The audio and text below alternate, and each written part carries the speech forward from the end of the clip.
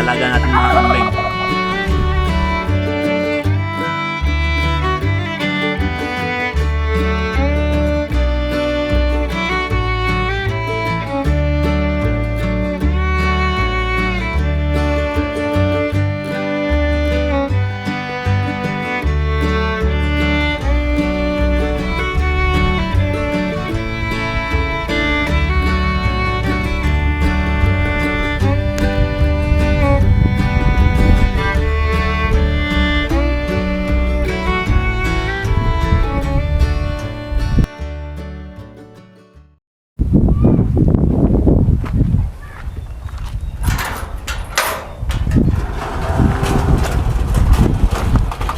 So mga bok, andito na tayo sa ating piggery. Pero bago ipakita kung ano ba ang laman ng ating piggery, lilibot ko muna kayo dito sa aming compound. Kaya tara.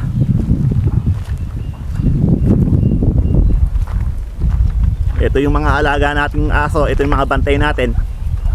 Yan, si Doggy. So ngayon mga bok, nag-alaga na din kami ng mga bibe, mga iba-ibang hayop. Para dahil sa mahal ng karne ngayon, hindi magkulam tayo ng bibe, di ba?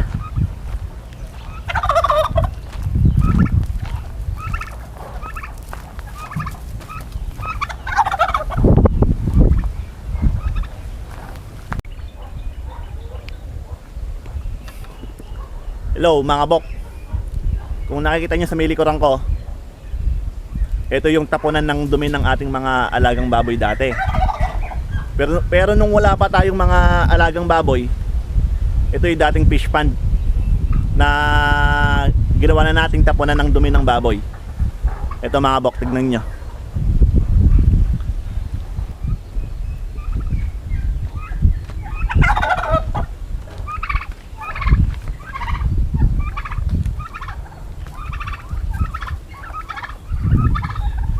Itong sa kabilang side mga bok, ito yung ginawa naming basurahan. Kaya kung nakikita nyo mga bok, may mga tulos tayo dito. Yan, mga yan. Inilagay namin yan para hatiin yung fish pond. Yung kabila, tapunan ng dumi ng baboy. Yung kabila, basurahan. Tapos meron tayo dito mga bok na kulungan ng kambing. Yan mga bok, yung alaga natin mga kambing. Ayan,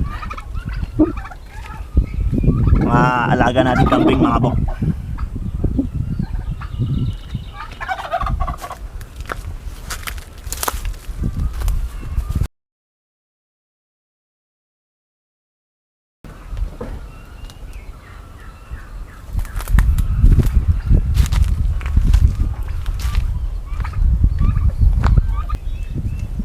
Ito naman yung ating mga pabo, yung mga ayan, mga pabo natin. Ito naman yung kulungan nila.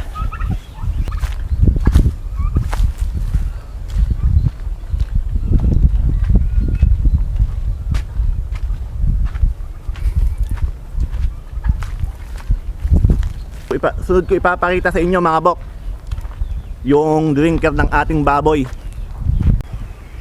Kung nakikita nyo yun mga bok, yung dalawang drum sa taas, doon namin ini-stock yung tubig na pwedeng inumin ng ating mga alagang hayop, mga bibe, baboy, manok. Pero nung nawala na yung baboy, hindi na namin siya ginagamit dahil matagal siyang punuin. Tapos wala tayong gamit para mainumin na ng ating bibe at manok. Kaya gumawa na lang kami ng ibang way para meron tayong inuminan ng ating mga alaga.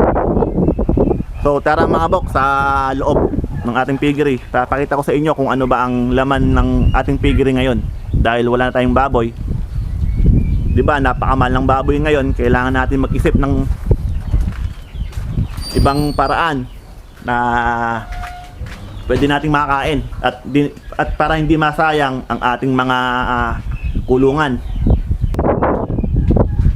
Kung nakikita nyo ngayon mga bok, napakakalat dito dahil hindi na namin masyadong naaalagaan dahil wala na kaming baboy. Pero nag-isip naman kami ng pwede nating alagaan. Hindi lang natin ganun kalinis tulad ng dati. Yan, ginawa na namin tambakan ng gamit sa bukid. Yan, mga sako.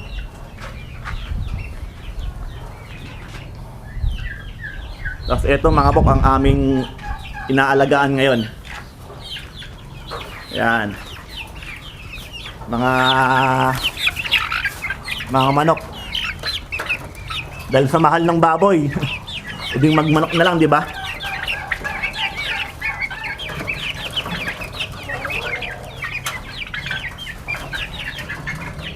Yan mga bok. Ito, palaki na to. Konti na lang papakulan na itong mga nandito mga bok, itong mga puti. Dito kasi mga bok sa kabila, maliliit pa, baka kainin lang ng daga.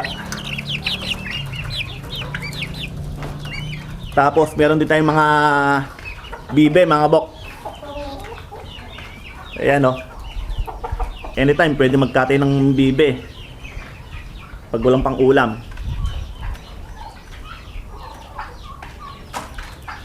Kung nakita nyo mga bok, di ba? Wala nang kalaman-laman na kahit anong baboy.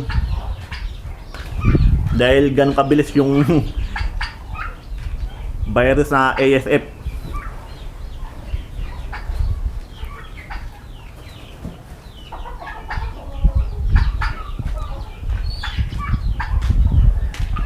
Ito pala mga bok, yung ginagamit namin na dati.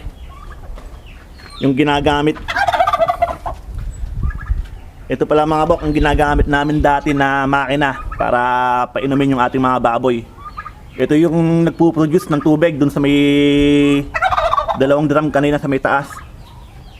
Pero ngayon madalang na natin magamit dahil wala na tayong baboy, pero ginagamit natin to para sa inumin naman ng mga alaga nating mga bibe at mga manok.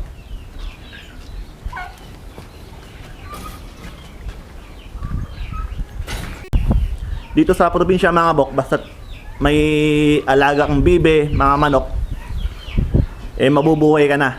Basta marunong ka lang mag-alaga. Itong mga drum dito mga bok, ito naman yung mga lagayan natin ng mga pagkain ng ating mga alaga.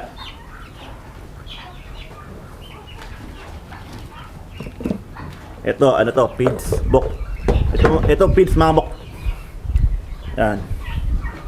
Mga feeds lahat yan mga bok para sa ating mga manok at bibe.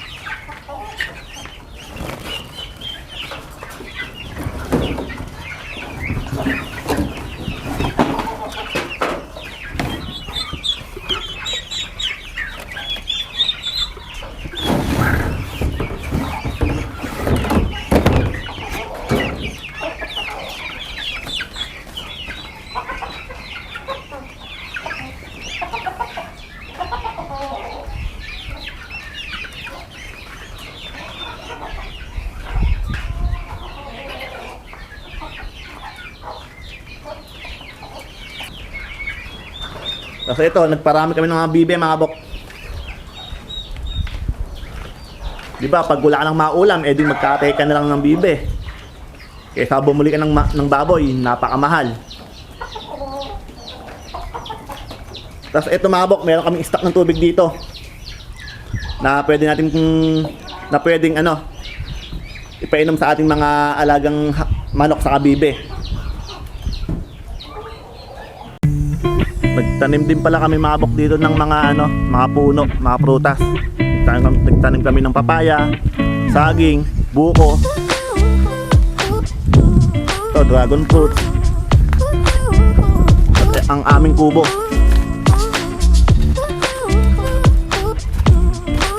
Yan mga bok, yung aming kubo. Tapos mga mangga.